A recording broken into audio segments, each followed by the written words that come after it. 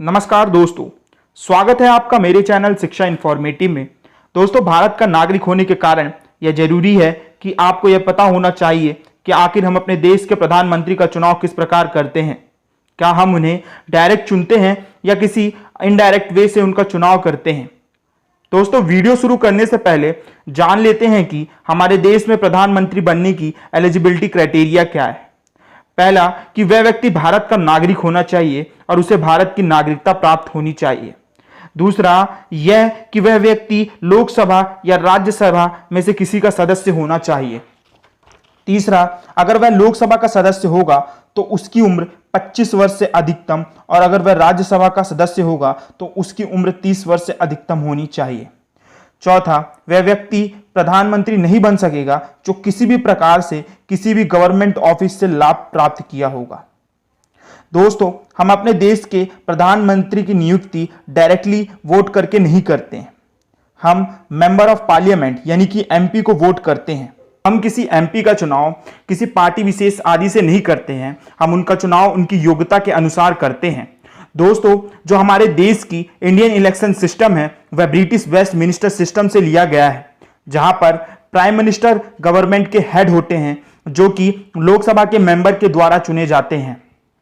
दोस्तों, आपको बता दूं कि हमारे भारतीय सांसदीय प्रणाली में सांसद यानी पार्लियामेंट के दो सदन होते हैं। पहला, लोकसभा, जिसमें आम जनता का सदन या सांसद के निचले सदन लोअर हाउस के रूप में जाना जाता है। दूसरा, राज्यसभा, जिसे राज्यों के पारिषद या सांसद के ऊपरी सदन और अपर हाउस के रूप में जाना जाता है। दोस्तों, अगर लोकसभा की बात करें हम, तो लोकसभा जो कि आम जनता के वोट या मतदान की प्रक्रिया के तहत चुने जाते हैं। लोकसभा में अधिकतम 552 सदस्य हो सकते हैं, और जिसमें राज्यों में अधिकतम 530 सदस्य ही चुने जाते हैं, और 20 सदस्य केंद्र शासित देश यानी कि यूनियन टेरिटरी से चुने जाते हैं, और बाकी जो दो मेंबर्स बचते हैं वो प्रेसिडेंट्स के द्वारा नियुक्त किए जाते हैं। तो अब किस देश से कितने सदस्य लिए जाते हैं वह उनके जनसंख्या पर आधारित होता है।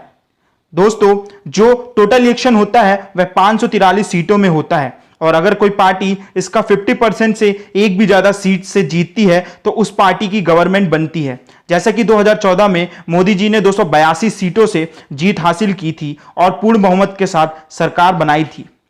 अगर किसी पार्टी को सिंपल मेजोरिटी नहीं मिलती है तो वह डिफरेंट पार्टीज कोलिशन फॉर्म कर सकती है जब उन्हें उतनी सीटें ना मिले जितनी उन्हें रिक्वायर्ड। जैसे अगर हम बात करें 2004 की इलेक्शन की, जब कांग्रेस 145 सीटों से जीत पाई थी, तो कांग्रेस ने अलग अलग पार्टी के कोलिशन से एक नए पार्टी का निर्माण किया जिसको हम यूपीए यूनाइटेड प्रोग्रेसिव अलायंस कहते हैं। और इन पार्टियों में राष्ट्रीय जनता दल डीएमके जैसे पार्टियां शामिल थी, और बाद में यूपीए ने उनके प्राइम मिनिस्टर के रूप में मनमोहन सिंह को नियुक्त किया गया। तो दोस्तों, बस आज के लिए इतना ही। मिलते हैं अगले वीडियो में। इसके पहले आप मेरी वीडियो देखकर बंद करें, मेरी वीडियो को लाइक कर दीजिए, सब्सक्राइब कर दीजिए और बेल आइकन की बटन जरूर प्रेस कर दीजिए ताकि मेरी जितनी भी नई और इन्फॉर्मेटिव वीडियो हैं आप देख सकें और मैं आपको ज़्यादा से ज़्यादा इन्फॉर्मेशन प्रोवाइड करूँ सकूँ। Thank you friends.